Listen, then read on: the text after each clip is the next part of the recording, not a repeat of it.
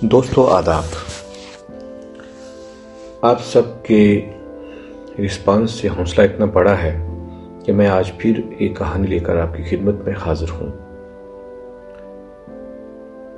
جس سے پہلے کہ ہم کہانی پہ آئیں، آپ سے التماس ہے کہ آپ اس چینل کو سبسکرائب کر لیں اور اپنے دوستوں میں اور جہاں جہاں کالج کے طلبہ ہیں آپ ان تک یہ پہنچائیں۔ انشاءاللہ ضرور وہ اس سے مستفید ہوں گے۔ آج کی ہماری جو کہانی ہے وہ ہے ہماری اردو کے ایک اہم افسانہ نگار سعادت حسن منٹو کی، اور یہ BA first semester Jammu university کے نصاب میں شامل ہونے کے ساتھ ساتھ اور بھی بہت سی یونیورسٹیوں کے نصاب میں شامل ہے، کالجز میں یہ نصاب میں پڑھائی جاتی ہے۔ اور آپ اپنا ریزولوشن بڑھا کر بھی دیکھیے گا تاکہ آپ کو آواز اور اگر ٹیکسٹ ہو تو وہ آپ کو کلیئر نظر آئے۔ سعادت حسن منٹو قلیل عمر میں وفات پا گئے، لیکن انہوں نے اتنا سرمایہ ہمارے ادب میں چھوڑ دیا، اور خاص کر نثری ادب میں اگر ہم سعادت حسن منٹو کو ہٹا دیں تو ہمارا فکشن تقریباً خالی نظر آئے گا۔ ان کی پیدائش 11 مئی 1912 کو ہوئی اور ان کی وفات 18 جنوری 1955 کو ہوئی۔ سعادت حسن منٹو کا جو افسانہ آج ہم پڑھنے جا رہے ہیں وہ ہے خودکشی۔ اس افسانے کے کرداروں میں زاہد ایک کردار ہے اور ان کی بیوی دوسرا کردار ہے، اور ایک معصوم بچی، یعنی کہ صرف زاہد کو لے کر ہی سعادت حسن منٹو نے اس کہانی کو تیار کیا ہے۔ کہانی کچھ اس طرح شروع ہوتی ہے۔ زاہد صرف نام کا ہی زاہد نہیں بلکہ ایک نیک انسان ہے، اور ہر کوئی اس کی پرہیزگاری کا قائل ہے۔ زاہد کی شادی تقریباً 25 سال کی عمر میں ہوئی، اور اس وقت زاہد کے پاس 10,000 کے قریب رقم جمع تھی۔ زاہد نے تقریباً 5,000 روپے اپنی شادی پہ خرچ کیے اور 5,000 بچا لیے۔ ایک برس کے بعد ان کے ہاں ایک بیٹی پیدا ہوئی جو نہایت خوبصورت اور حسین و جمیل تھی۔ زاہد اور اس کی بیوی کو بیٹی کے لیے کوئی نام پسند نہیں آتا، لوگوں کے بتائے ہوئے نام بھی ان کو پسند نہیں آتے، اور وہ دونوں چاہتے ہیں کہ وہ جو نام رکھیں وہ نام بالکل نیا ہو، وہ کسی دوسرے کا نہ ہو۔ زاہد کے ذہن میں کئی ایسے نام آئے لیکن انہیں کوئی نام پسند نہیں آتا تھا جو وہ اپنی بیٹی کو دے سکیں۔ زاہد کی بیوی چاہتی تھی کہ جلدی کوئی نام رکھیں اور بیٹی کو اتنی دیر تک بے نام نہ رکھا جائے۔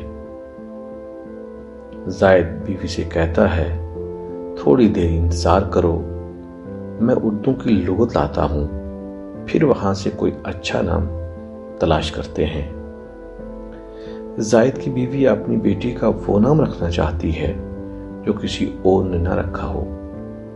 آخر اس نے زاہد سے کہا، آپ بازار سے لغت لے آئیں، اور اس کے لیے وہ خود کچھ روپے زاہد کو دیتی ہے۔ زاہد نے بہت تلاش کے بعد ایک لغت منتخب کی اور فرق گردانی کرتا ہوا گھر کی طرف روانہ ہوا۔ راستے میں ایک پرانے دوست سے ملاقات ہوتی ہے، کچھ دیر اس کے ساتھ بات چیت بھی ہوئی، اور چائے وائے دونوں دوست ایک ساتھ بیٹھ کر پیتے ہیں۔ دوست بھی زاہد کی بچی کا نام پوچھ لیتا ہے، اور کچھ نام زاہد نہ بتا کر کے بڑا افسردہ ہو جاتا ہے۔ زاہد راستے میں سوچ رہا تھا کہ آخر نام میں کیا رکھا ہے۔ وہ اپنی بیٹی سے بے پناہ محبت کرتا ہے، طرح طرح کے خیالات اس کے ذہن میں آ رہے تھے۔ وہ سوچ رہا تھا کہ وہ لغت کو کسی گندی نالی میں پھینک دے اور اپنی بیوی سے جا کر کہے دعا کریں بیٹی کی عمر خدا دراز کرے، خدا ہماری بیٹی کو سلامت رکھے، خدا ہماری بیٹی کو خوش رکھے، نام میں کیا رکھا ہے۔ راستے میں کئی طرح کے خیالات اس کے ذہن و دل میں آ جا رہے تھے۔ وہ اچانک ہی اندر میں پریشان ہو رہا تھا۔ آخر اس کو ایک ٹانگا مل جاتا ہے۔ وہ اس ٹانگے کو بہت جلدی چلنے کے لیے کہتا ہے، اور ٹانگا تو اپنی رفتار سے چل رہا تھا۔ زاہد کو یہ لگ رہا ہے کہ وہ آج بہت تاخیر کر رہا ہے گھر پہنچنے میں۔ اس کے اندر سے اس کو کوئی کہہ رہا تھا کہ جلدی چلیے گھر۔ زاہد گھر تک پہنچتے پہنچتے اسی کشمکش میں 2 ٹانگے تبدیل کرتا ہے۔ وہ بہت تیزی سے گھر پہنچنا چاہتا تھا اور بالآخر گھر پہنچا۔ وہ کیا دیکھتا ہے کہ اس کے گھر کے چاروں طرف کئی عورتیں جمع ہیں، اور وہ عورتیں اس کے محلے کی ہیں۔ ایک عورت دوسری عورت سے کہہ رہی ہے مشکل ہی سے بچے گی۔ یہ جو دورے بچی کو پڑھ رہے ہیں یہ بہت خطرناک ہے۔ زاہد جب گھر میں داخل ہوا، کیا دکھتا ہے؟ اس کی بیٹیاں دم توڑ چکی ہے۔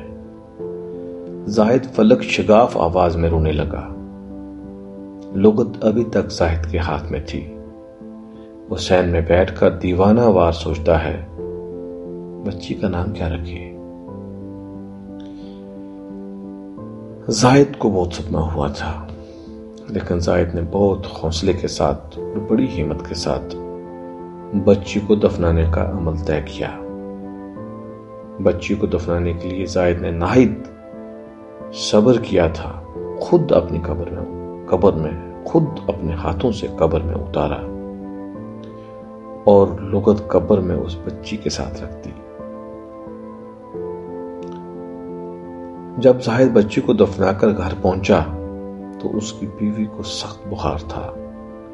ڈاکٹر کو گھر بلایا گیا۔ ڈاکٹر نے کچھ دوائیاں ضرور دیں، لیکن بتایا کہ مریضہ کی حالت تشویشناک ہے۔ بہرحال کچھ دنوں میں اس کی صحت بہتر ہو چکی تھی، لیکن ایک دن اچانک اس کو دل کا دورہ پڑا۔ زاہد سے بیوی نے کہا اب اس کا آخری وقت آ گیا ہے اور وہ اس دنیا سے چل بسی۔ زاہد بے حد پریشان تھا۔ اس کو سوچی کہ وہ اپنی بیوی کو دفن کرنے کے بعد مغل پورہ ریلوے لائن کی طرف چل نکلے، اور اس نے ایسا کیا بھی تاکہ وہ ریل کی پٹڑی پر خودکشی کر لے۔ جب وہ ریلوے لائن کی طرف جا رہا تھا اور ریلوے لائن کے قریب پہنچ چکا تھا، اس کو ریل کی روشنی نظر آئی۔ ریل آہستہ آہستہ قریب پہنچتی ہے۔ زاہد نے سوچا اب وہ خودکشی کر لے گا۔ اچانک ایک اور آدمی وہاں نمودار ہوا اور پٹڑی کے درمیان کھڑا ہو گیا۔ زاہد یہ سب منظر غور سے دیکھتا ہے۔ گاڑی قریب آئی۔ زاہد تیزی سے اس آدمی کی طرف لپکا اور اس کو دھکا دے کر زاہد نے بچا لیا۔ ریل گاڑی دن دناتی ہوئی گزر گئی۔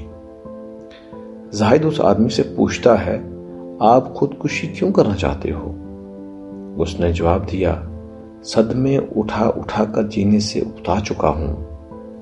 زاہد اس کو نصیحت کرنے لگا۔ زاہد ناسے بن گیا۔ زاہد نے اس سے کہا کہ زندگی میں خودکشی سے کہاں انسان جی سکتا ہے۔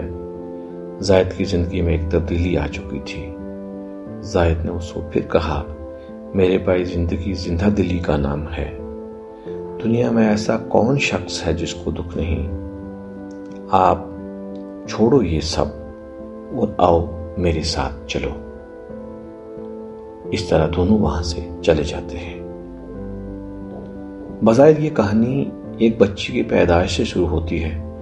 اس کہانی کا ارتقا کچھ یوں ہوتا ہے اور یہاں پر یوں لگتا ہے کہ منٹو دوسری طرف نکل گئے ہیں ایک طرف تو بچی کا غم ہوتا ہے زاہد کو، اور یہ لگتا ہے کہ بچی کے غم میں زاہد خودکشی کر لے گا، لیکن چونکہ بچی کی محبت اور غم میں لبریز زاہد وہاں سے ابھی نکلا ہی نہیں ہوتا کہ اس کو اپنی بیوی کا دکھ ہونے لگتا ہے، کیونکہ ابھی وہ اپنی بچی کو دفنا کر آتا ہے اور اس کی بیوی شدید بیماری میں، شدید بخار میں مبتلا ہو جاتی ہے۔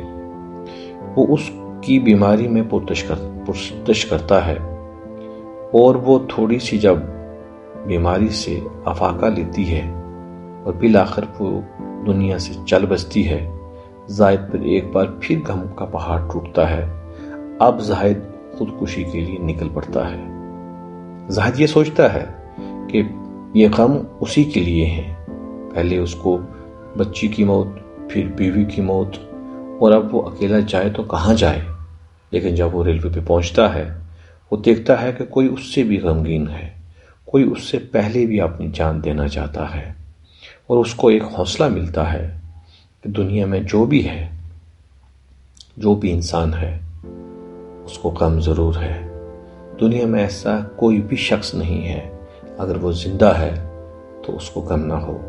یہاں غالب کا وہ شعر ضرور صادق آتا ہے کہ قید حیات بندے غم اصل میں دونوں ایک ہیں، موت سے پہلے آدمی غم سے نجات پائے کیوں۔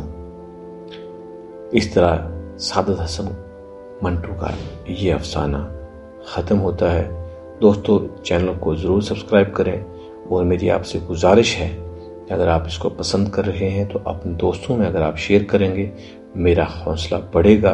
اور بہت سے دوست احباب شیئر کرنے کے بعد مجھے اسکرین شاٹ بھی بھیجتے ہیں، میں بہت خوش ہوتا ہوں۔ ان کے لیے بے شمار دعائیں۔ خدا حافظ۔